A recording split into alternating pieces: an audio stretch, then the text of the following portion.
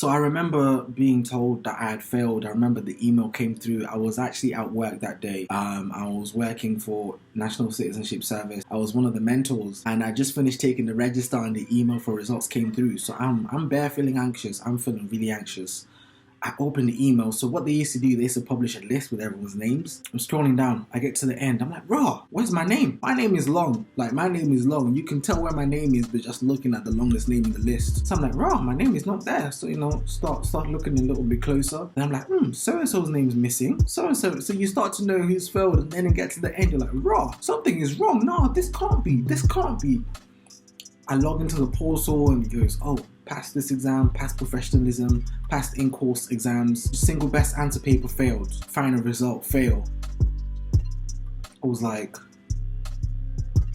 I was froze. It was mad. I'm feeling very emotional, but I'm at work, so I've got to maintain my professionalism and just like firm it.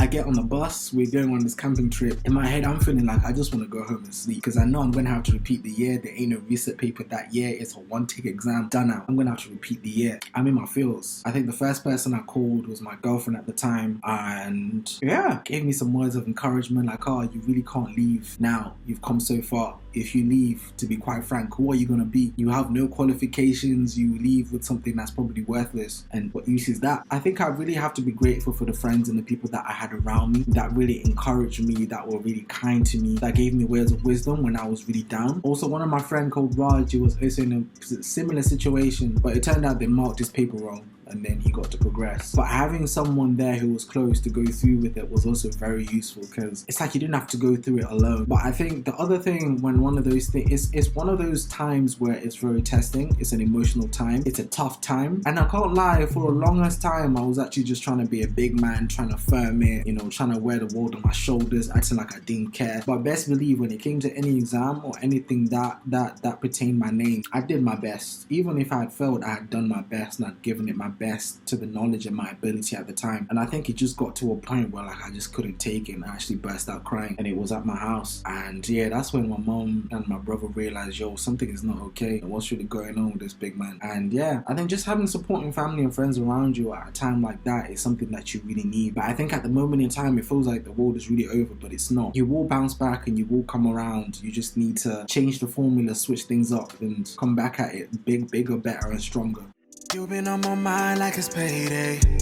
I know they not fan, I don't care what they say. Where we go, where we play, replay on my mind again. So to take you back, everything was going okay the first 2 years. I was just getting by. I was having a good time. I wasn't really stressing. I had a good social group. And then during the third year, that's when I started having some troubles, because I struggled with the clinical side of things. Yeah, my head was more turned towards the academic side of things. That's what I enjoyed most. And the transition between the first 2 years, which were very academic, very facty, very wordy, little patient contact, those were where I felt mostly at home and I was really comfortable with, and I didn't have any issues with those. And then transitioning into third year, which was a very clinical year, it was a very tough transition for me. It was really tough. And from the get-go, my revision techniques had not been the best, and the cracks started to show, because when you move into third year for Newcastle in the old curriculum, that's where the undergrad and the postgrad get mixed. So the pace of learning is obviously a lot faster compared to what you've had in the first 2 years. First error I made was thinking I could go solo and I could untackle the syllabus on my own. I didn't need any help. Thought I knew it all. I remember one of my friends was like, oh, I'm doing this thing with EndNotes. Can we just collab together where you write notes on a certain topic and I write notes on another topic? And I was like to myself, nah, I don't want to do that. This person's notes ain't going to be good. They ain't going to be as great as mine. First 10 weeks of the term, it's like really fast paced. You're going through every system from cardiology, respiratory, GI, neuro, and it's really fast paced, and you're learning about all these core conditions that you need to know. My error was I was trying to go into too much depth with everything I was learning, focusing too much on pathophysiology instead of actually understanding the science, understanding what symptoms these conditions actually come up with. For example, not being able to differentiate cholangitis and cholecystitis. So that was the error that I was making, focusing too much. And The other element that I have to be honest that is very overlooked when you're at medical school is your mental health. It's something that you really have to take time and to look after and really take care of. It's very easy to get sidetracked and just be focused on exams at all times. You need to also take care of your mental health and see how you're doing. Make sure you check up on your friends or medical school, see how they're doing, how things are going for them, because things can deteriorate really quickly. So for me, after my second year, it'd been really tough trying to juggle personal life and medical school, and also a relationship on the side as well. I was depressed come the end of second year. I was depressed. I was in a really low place. I remember second year, there'd been some family issues that had happened. I hadn't quite had time to actually revise some of my exams properly. By God's grace, I passed that exam. Went on holiday, everything's Gucci. When the dust finally settled, that's when I realized, you know what, things were not okay. I was genuinely just depressed. So coming off that back, working all summer, coming into medical school for third year, after having that summer, it wasn't great. I wasn't in the right headspace. I wasn't thinking in the best frame, and I would have days where I would literally be there just to attend and I was a zombie so that I could go home and sleep. Like I would be like, I'm attending to attend, but I was actually not learning. So another problem that also faces my attitude towards the learning was not good. Attendance was a chore. I saw coming into a hospital or into the clinical learning environment as I just had to attend and then the learning could be done from my bedroom. Error number one that I made, because every place that you go in a clinical environment is a learning situation. You're better off learning something there for the first time, and your approach to how you want to receive information will also affect how well this information sticks, because if you view it as, oh, this doesn't really matter, I'm not going to take this on board, I will have time later on, it definitely affects that. So long story short, I failed my written paper, also had to do, so OSCE is the first part, is the first 10 stations. Depending on how you do the first 10 stations, if you do exceptionally well, you don't have to do a further 10. If you're borderline, questionable, or if you failed more stations than permitted, you do another further 10 stations. This allows them to have more information on how well you're performing. I passed the OSCE but failed the written paper, so I had to repeat the year. Due to the way how the curriculum was set out, I couldn't actually just resit the paper, I had to resit the whole year. And the things that I really learned from failing third year is it's a humbling experience, and the difficulty I faced was trying to go back into it because you're older now. I'd taken a gap year, I'd done a year off another degree, and now I failed a year. That's a degree. And having to tell everyone that, oh, I'm repeating. For the first 10 weeks, it was something that I would do all the time, and I felt like I needed to tell everyone that I was repeating. And then it got to a stage where I was like, I don't need to tell everyone or to prove to myself or explain myself. I'm here to learn. My attitude needs to take this as if it's the first take, and I need to learn as much as I can, because there's always more to be learned. You know, you're never going to be in a position where you've learned everything you need to know in a clinical year. There's always more you need to learn. So going to the second time forward, I completely changed my attitude. I was trying to learn that every clinical moment I had was a moment for learning. I used all the travel time, because I had to travel for an hour now, as before it was a 15-20 minute walk to hospital. Now I was in a hospital in the next city traveling for an hour. I would revise on the train because that was using my time effectively. I would look ahead at what the topics were being taught, and I would read ahead in the morning so that when I come into the lecture, that's a second encounter. Go back at home, that's a third encounter. That's 3 cycles. And I really started working with a lot of things that were geared at aiding memory and aiding remembering things. For example, certain fonts can actually help you remember certain things. Certain color schemes like orange, red, yellow, apparently they're good with memory. So I was using every technique I can, because right now my back was against the wall. If I failed this, I'm gone, I'm out, I'm back to my mother's house. So there was no room for error. And also I think one of the biggest errors that I've seen that happens, especially on a clinical year in medical school, there is a lot of information for you to cover. There's a lot of content for you to take on board. The content is immense. Reading alone sometimes is not enough. I got away with it with the first 2 years because I had a lot more time. It was an inefficient revision method, but I got away with it because I had time. When it's fast paced and you don't have a lot of time to take the information on board, just reading lecture notes and writing them out over and over again is not an efficient use of your time. In fact, coming forth onto my 4th year, where I didn't write any notes. I typed everything. I didn't write any notes. I typed every single note once. Once I had typed it and formatted it, that was it. Never redid it again. Writing and rewriting notes, it's good when you have a lot of time, but it's an inefficient method. That's the first thing that I found. Second of all, I learned how to condense my notes, because especially when you're in medical school, there's a lot of content that you're so one of the things that I learned to do during my repeat year was to learn to actually do case-based learning. I know most of us really have a really negative view towards case-based learning. It's like, oh, that stuff again. But especially when it comes to clinical medicine, it's actually very useful, because you need to contextualize, have a patient in your head, have a range of symptoms, have a timeline, need to know how a certain condition presents, need to know what kind of investigations, what kind of results come up, because that's how your exam questions are. So that's the way how you need to revise and need to take the information in, and that's the way how when you're working, this information will be presented. A patient comes in, they have a history of ABCD, you do an examination, you see findings of ABCD, investigation, see ABCD, differentials, diagnosis. So there's no point just learning about a disease, going to the pathophysiology and going very deep. You need to learn in conjunction with other differentials, learn with the investigations, learn with your differentials. So that's one of the approaches I actually learned to do.